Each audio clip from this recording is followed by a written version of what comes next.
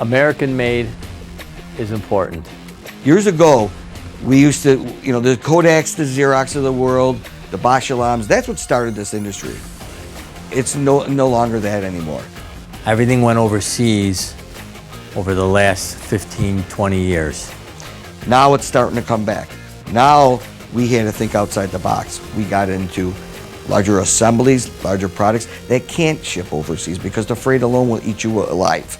Lately, we've been seeing some of that work come back. We would like to see a lot more of it come back. When it comes to American made, nothing beats American quality.